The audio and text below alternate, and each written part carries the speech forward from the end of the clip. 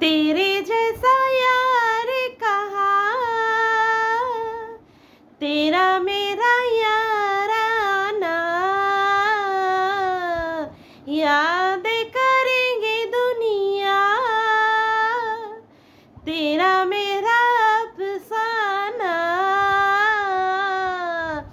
तेरे जैसा यार कहाँ, तेरा मेरा याराना, याद करेंगे दुनिया, तेरा मेरा अफसाना। হ্যালো বন্ধুরা, কেমন আছো তোমরা সবাই? আশা করি তোমরা সবাই ভালো আছো। ভগবানের কৃপায় যে যেখানে আছো ভালো থেকো, সুস্থ থেকো এই কামনাই করি। মামনের মনের কথাতে তোমাদের সকলকে সুস্বাগতম। আমিও খুব ভালো আছি। আবার আরেকটি নতুন কন্ট্রোভার্সিয়াল ভিডিও নিয়ে তোমাদের সামনে চলে এসেছি। হায় রে হায়, আবার বান্ধবী ললিতার কথা মনে পড়ে যাচ্ছে। কেন মনে পড়ে যাচ্ছে? কোনো একজন কন্ট্রোভার্সিয়াল ক্রিয়েটার, অর্থাৎ যিনি ভিডিও তৈরি করেন, তার ভিডিও দেখে প্রচণ্ড পরিমাণে ব্র্যান্ডেড ফ্রেন্ডের কথা মনে পড়ে যাচ্ছে। হ্যাঁ, বলছে যে ব্র্যান্ডেড ফ্রেন্ডের কথা সে মুখেও আনতে চায় না, বলতে চায় না তার সম্পর্কে। কেন? কারণ তার প্রতি তার কৃতজ্ঞতা। Oh my dog, oh my dog, oh my dog, just only কৃতজ্ঞতা? না না না না না না না, অনেক কিছু এর ভিতরে রহস্য লুকিয়ে রয়েছে। শুধুমাত্র কৃতজ্ঞতা এটা তো হতেই পারে না। এটা যদি হতে পারে তাহলে খুশি আমাদের মতো ক্রিয়েটাররা সবচেয়ে বেশি হবে। কি বন্ধুরা, কথাটা আমি ঠিক বললাম তো? হ্যাঁ, তোমরাও আমার সাথে একদম একমত হবে। এতদিন ধরে ব্র্যান্ডেড ফ্রেন্ড তার মানে কৃতকার্যগুলো, মানে এই দালালের কৃতকার্যগুলো ওয়াইটির সমস্ত কন্ট্রোভার্সি ক্রিয়েটারদের কাছে বলে দিয়েছে। কি বলে দিয়েছে? তার অনুপস্থিতিতে তার বাড়িতে তার ছেলের সাথে দেখা করতে যেত। শুধু কি তাই, তার ছেলেকে কি লিখেছিল? Miss you, miss you, oh my god, oh my god, oh my god, বাবারে বাবা। সেখানে এখন শোনা যাচ্ছে তার বান্ধবীর ছেলে নাকি তার যাওয়াটা, অর্থাৎ এই দালালের তাদের বাড়িতে যাওয়াটা একদমই পছন্দের বিষয় না। হতেই পারে, কেউ কাউকে নাই পছন্দ করতে পারে, আর এর যে গ্রহণযোগ্যতা কোনো জায়গায় নেই, এ তো সব জায়গায় প্রমাণিত। সেখানে এখন কি বলতে বসেছে? এখন বান্ধবীর সম্পর্কে নিন্দা করতে বসেছে। কিন্তু এইগুলো ধোপে টিকছে না, কারণ ওর বলা কথা ওগুলো তো মায়েরি না মায়েরি সমস্ত মিথ্যে কথা। ওই যে ও বলে না, সুয়ার গজ বাই গজ, মা বাবার দিব্যি দিয়ে বলছি, এইগুলো জাস্ট ওই ভনিতা করা। বাপরে বাপ, ওকে ওকে যে না বিশ্বাস করবে সে তার মানে ওকে যে বিশ্বাস করবে সে তার মায়ের পেটে এখনো পর্যন্ত জন্মায়নি। এই যে মন্দিরা এত ওকে দিদি ভাই, সোনা দিদি ভাই করে করে ডেকেছে, তাকে কি করলো? তাকে জনসমক্ষে এমনভাবে এক্সপোজ করলো যাতে করে মেয়েটার যা বাচ্চা বুচা যা সম্মানটা ছিল সেই সম্মানটা পুরো মাটির তলায় মানে ধুলিস্যাৎ হয়ে গেল। এখন আবার কি বলতে বসেছে? বান্ধবীর সম্পর্কে বলতে বসেছে। কি বলছে? বান্ধবী নাকি ওই যে ছেলেটি, মানে বান্ধবীর যে ছেলেটি, সেই ছেলেটি যে মেয়েটিকে প্রেম করে সেই মেয়েটিকে একদম পছন্দ করে না। সামনাসামনি বসে বান্ধবীর ছেলের মানে গার্লফ্রেন্ডকে বান্ধবী বসে খাইয়ে দিচ্ছে, কিন্তু খাবার বাড়ার আগে তার নামে নাকি বিড়বিড় করে অনেক নিন্দামন্দ গেয়েছে। তারপরে ছেলের বান্ধবীর মায়ের সম্পর্কেও নাকি এই বান্ধবী ললিতা অনেক কথা বলেছে, কিন্তু আমাদের দালাল দিদি তখনও বুঝতে পারেনি এই ব্র্যান্ডেড বান্ধবী। মোটেই না, মোটেই না। আসলে ব্র্যান্ডেড বান্ধবী তার সম্পর্কে অনেক কিছু কথাবার্তা আস্তে আস্তে করে বলে দিয়েছে, যেগুলো সে ভাবতেও পারেনি। এতে করে সে আশাহত হয়েছে। হতেই তো পারে, কারণ এই যে দালালের মনের মধ্যে যে অভিপ্সার সেটা বান্ধবী ধরে ফেলেছিল যে তার ছেলের দিকেও এই মানে এই দালালের প্রচণ্ড পরিমাণে নজর, এবং এতে করে যে তার ছেলেটা স্পয়েল হয়ে যেতে পারে। কোনো মা কি চায় যে তার ছেলেটা নষ্ট হয়ে যাবে, তার ছেলেটা খারাপ হয়ে যাবে, সেখানে তার মা তাকে প্রোটেক্ট করবে না? সেই জন্য কি করেছে, এর যে স্বরূপ, দালালের যে স্বরূপ সেটা বান্ধবী পরিষ্কারভাবে বুঝে গেছিল। সেই বুঝে যাওয়ার ফলে তার ছেলেকে সে নিজের থেকে সেফ সাইড করে দূরে সরিয়ে দিয়েছে, যে দালালের থেকে যেন তার ছেলে সরে যায়। এবং এই সমস্ত কথাগুলো ওয়াইটির কন্ট্রোভার্সি ক্রিয়েটারদের কাছে সে বলে দিয়েছে। বলে দেওয়াতে এখন কি বেরোচ্ছে, বাবারে বাবা, কি যেন ওই যে কি মাংস, মুরগির মাংস নিয়ে গেছে, ব্রয়লার মনে হয়, সেই মাংস নাকি খেতে পছন্দ করে ওর ছেলে, তারপরে সেখানে নাকি স্কিন লাগানো মাংস, বাপরে বাপ কত কিছু খাইয়েছে, খাওয়ানোর পরেও এখন এই দালালের সম্পর্কে এই বান্ধবী এই ধরনের কথাবার্তা বলছে, তাতে প্রচণ্ড আশা হতো। বলছি জাস্ট অনলি কৃতজ্ঞতা, হ্যাঁ ভাববার বিষয়, জাস্ট অনলি কৃতজ্ঞতার জন্য এই ব্র্যান্ডেড বান্ধবীর সম্পর্কে কিছু বলতে পারছে না, না এ তো এ ধরনের না।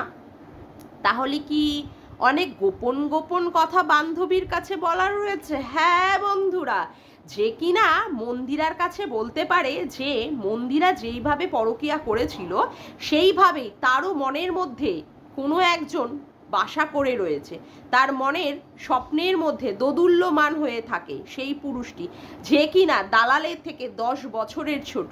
এবং সেখানে এই কথাটা বলতে গিয়ে তাকে আরও বেশি করে স্ট্রংলিভাবে এক্সপ্রেস করতে গিয়ে এই দালালকে বলতে হয়েছে তার বরের প্রতিও তার কোনো রকম ফিলিংস নেই। হ্যাঁ, অল টাইম সে কি করে, সেই 10 বছরের ছোট যে ছেলেটি আছে তার প্রতি সে ফিলিংসে মানে নিমজ্জিত থাকে, এবং তাকে হয়তো বেড পার্টনার করতে পারিনি, কিন্তু তার প্রতি যে একটা স্ট্রং ফিলিংস আছে সেটা কিন্তু মন্দিরার কাছে সে এক্সপ্রেস করেছে। হয়তো এ ধরনেরই আরও অনেক অনেক গুপ্ত কথা সেই বান্ধবীর কাছে বলা আছে, যেই কথাগুলো সেই বান্ধবী এখনো পর্যন্ত আমাদের কাছে এক্সপ্রেস করতে পারিনি। কারণ যদি কোনো দিন দালাল তার মুখটা খোলে বান্ধবী ওই ব্র্যান্ডেড বান্ধবীর সম্পর্কে, তাহলে তো ব্র্যান্ডেড বান্ধবী আরও প্রচুর পরিমাণে বাস্ট করে দিতে পারে। সেই ভয়েই মনে হয় আমাদের দালাল দিদি এখনো পর্যন্ত বলছে না, শুধুমাত্র কি বলছে, কৃতজ্ঞতার খাতিরে সে নাকি মুখে আঙুল দিয়ে রয়েছে। এটা আবার কোনোদিন হওয়ার বিষয়? আমি তো কখনো বিশ্বাস করতে পারছি না বন্ধুরা। তোমরা কি ভিউয়ার্সরা বিশ্বাস করতে পারছো ওর মতো মহিলাকে? No no no no no. আচ্ছা, তারপরে কি বললো শ্বশুর শাশুড়ি সম্পর্কে।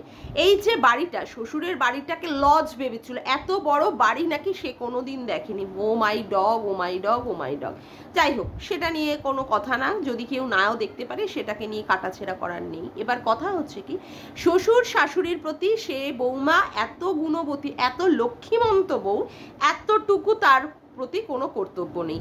যেই শ্বশুর শাশুড়ি লকডাউনের সময় ওই ভেড়া আর এই মানে পাটিকে দুজনকে বসে বসে খাইয়েছে, সেই শ্বশুর শাশুড়ির প্রতি এদের কোনো কর্তব্য নেই। কর্তব্যের যখন সময় আসে, এই মানে কি বলবো, গুণবতী বৌমা দালাল সে কি করে, তাদের টাকা আছে, তাদের লোক আছে, হ্যাঁ যখন কর্তব্যের বেলায় তাদের মানে টাকা আছে, তাদের লোক আছে, অথচ তাদের বাড়িটা কি করে সম্পত্তি অধিকার করা যাবে, ছেলে পায় বাবার সম্পত্তি, এইভাবে তার সম্পত্তিটাকে গ্রাস করার বেলা তখন কি সেটা অধিকার ভগবান বিচার করবে।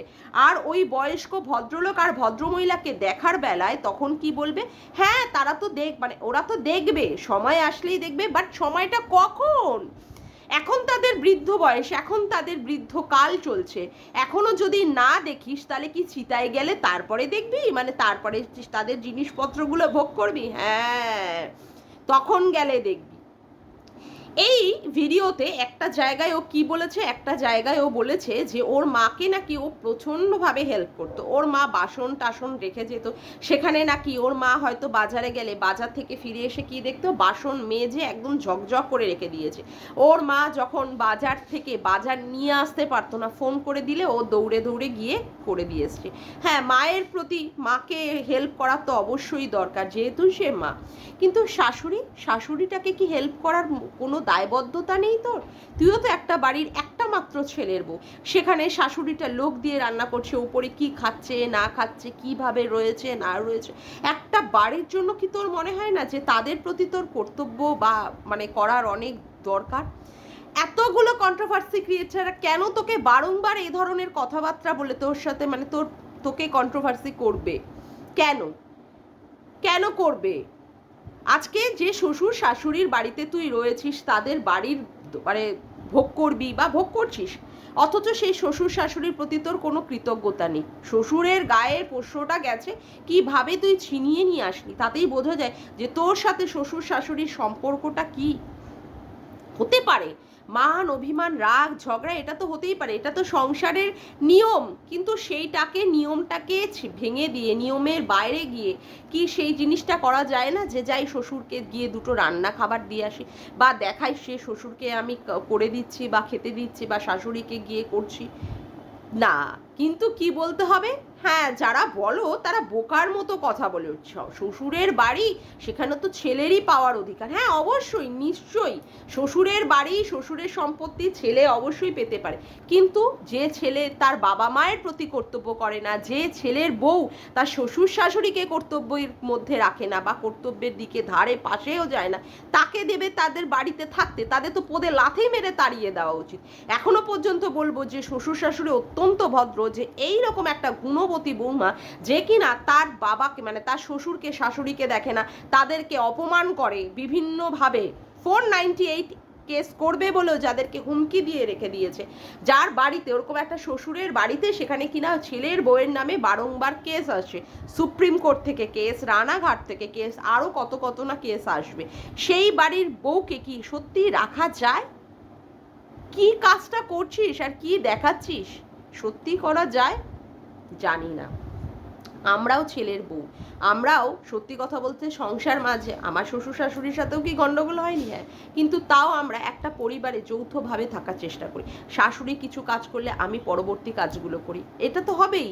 কাজকর্ম ভালোভাবে থাকা তো করতেই হবে। তাদের ছেলে, আমার তো বুঝতে হবে যে তাদের ছেলে তার অধিকারটা আগে, এবং তাকে তার ছেলের সাথে সম্পর্কটা ভালো থাকুক, এবং আমারও কর্তব্যের মধ্যে পড়ে। এই যে আমার শ্বশুর শাশুড়ি কতবার অসুবিধা হয়েছে, কত অসুখ হয়েছে, আমি প্রত্যেকটা ব্যাপারে একদিনও বলতে পারবে না, একবারও বলতে পারবে না যে আমি আমার কর্তব্য থেকে আমি বিরত হয়েছি। আমার ননদও পর্যন্ত আমার ভিডিও দেখে, এবং সেও পর্যন্ত জানে যে সে নিজের মেয়ে হয়ে কতটা কর্তব্য করছে, এবং আমি ছেলের বউ হয়ে কতটা কর্তব্য করেছিলাম, করছি আর করব, সেও ভালোভাবে জানে। এই ভিডিও সেও দেখে। যাই হোক, সেগুলো পরের কথা, সেগুলো আলোচ্য বিষয় নয়। যাই হোক, এইবার আসি, তুই গামলা সম্পর্কে কি বললি? গামলা ভোট দিতে যায়নি, কারণ সে সামনে এবং আয়নার মধ্যে কি দেখাচ্ছে? ইল্লিগালি কাজ দেখাচ্ছে। হ্যাঁ, এখন তো তোর এই কথাটা বলতেই হবে। এই কথাটা শোনার জন্য তো আমরা অনেক দিন ধরেই বসে আছি। এরপরে আস্তে আস্তে বেরোবে। সমাজসেবক দাদা তোকে পাত্তা দিচ্ছে না, সমাজসেবক দাদা পুরোপুরি গামলাকে নিজের কন্ট্রোলের মধ্যে রেখে দিয়েছে, সেখানে তো তোকে লাথি মেরে তাড়িয়ে দিয়েছে। তোর দালাল পদ থেকে তুই পদস্খলিত হয়েছিস, সেখানে অন্যান্য মহিলারা দালালের ভূমিকা পালন করছে, একদম খুব কাছে চলে গেছে গামলার। সেই জায়গায় তুই গামলার থেকে কি হয়েছিস? অনেক যোজন দূরে সরে রয়েছিস, যেটা তোর জ্বালার বিষয়। এখন তো তোর এই সমস্ত কথা বলতেই হবে।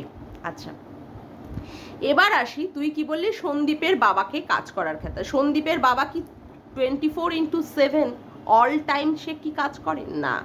সন্দীপের বাবা যেইটুকু কাজ করে সন্দীপ সেটুকু তুলে ধরেছে, তাতে ক্ষতি কি আছে?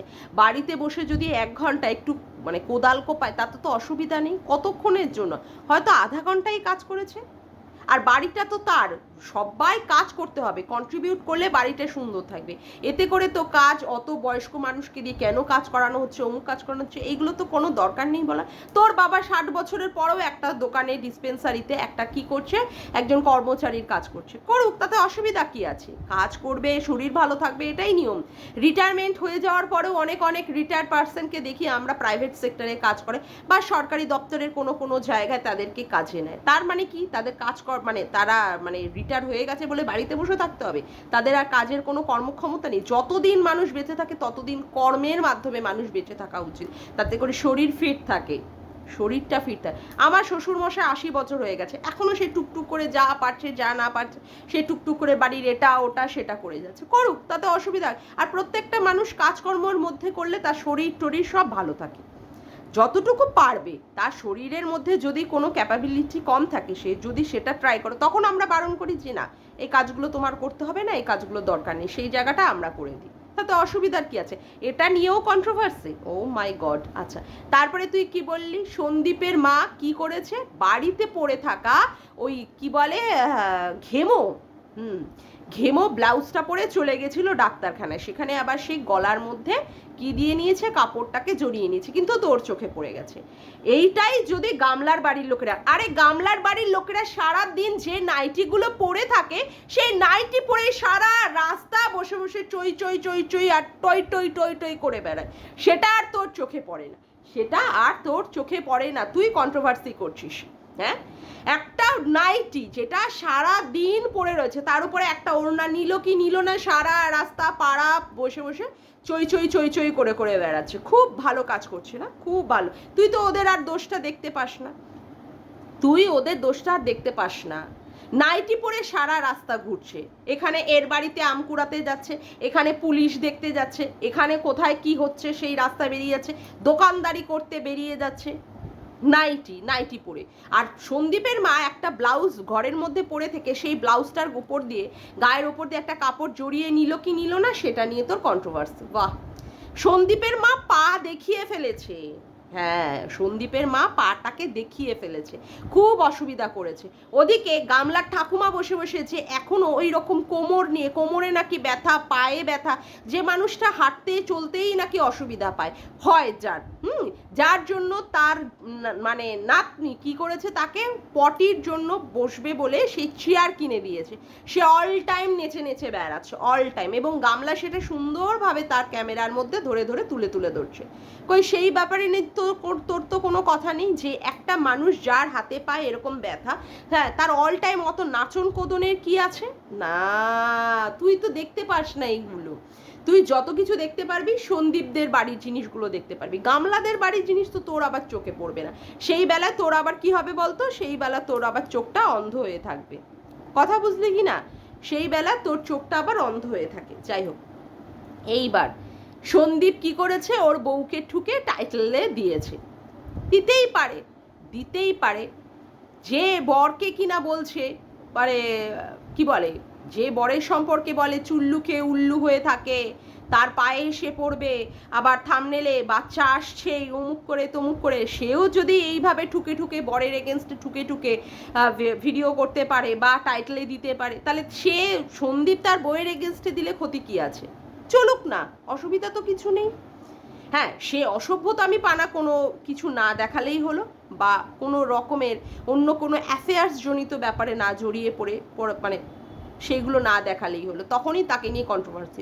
সে তার বউকে ঠুকে থামনেলে দিল বা টাইটেলে দিল, সেটা নিয়ে তো কোনো অসুবিধা নেই, সেটা নিয়ে তো কোনো, তুই আবার এখানে শিক্ষার কথা, ও my god, oh my god, oh my god, তুই আর এই শিক্ষার কথাটা তুলিস না তো। তুই আর শিক্ষার কথা, তুই একটা শিক্ষিত মেয়ে হয়ে তুই সীমাদিকে বল, ইপসিতাদিকে বল, মানে তোর বিপরীতে গীতাদিকে বল, তুই যেভাবে নোংরা নোংরা কথাবার্তা বলিস না, সেখানে তুই অন্য লোকের শিক্ষার কতটা শিক্ষিত, সে তার শিক্ষার সে কতটা পরিচয় দিচ্ছে, এই ধরনের কথাবার্তা বলে তুই কন্ট্রোভার্সি করিস না, এই ধরনের কথাবার্তা বলে কন্ট্রোভার্সি করিস না। দিনের পর দিন গামলা আমাদের মিথ্যে কথা বলে গেল, সেবক দাদার অনুপস্থিতি, সেবক দাদার নেই, কই সেই ব্যাপার নিয়ে তো বললি না, সেই ব্যাপার নিয়ে তো বললি না যে এর শিক্ষার অভাব আছে। আজকে মানুষকে ঠকাচ্ছে, ভিউয়ার্সদেরকে ঠকাচ্ছে, তার সাথে সাথে অন্যান্য কন্ট্রোভার্সি ক্রিয়েটারদের ঠকাচ্ছে এইরকম মিথ্যে বলে বলে, সেখানে তার শিক্ষার অভাব আছে না? এটা তো বললে চলবে না, এটা বললে কি করে চলবে? তাহলে তো তুই সেই দালাল থেকে থাকবি না, সেই জন্য তুই মুখে আঙুল দিয়ে রেখে দিয়েছিলিস, তুই মুখে আঙুল দিয়ে রেখেছিলিস।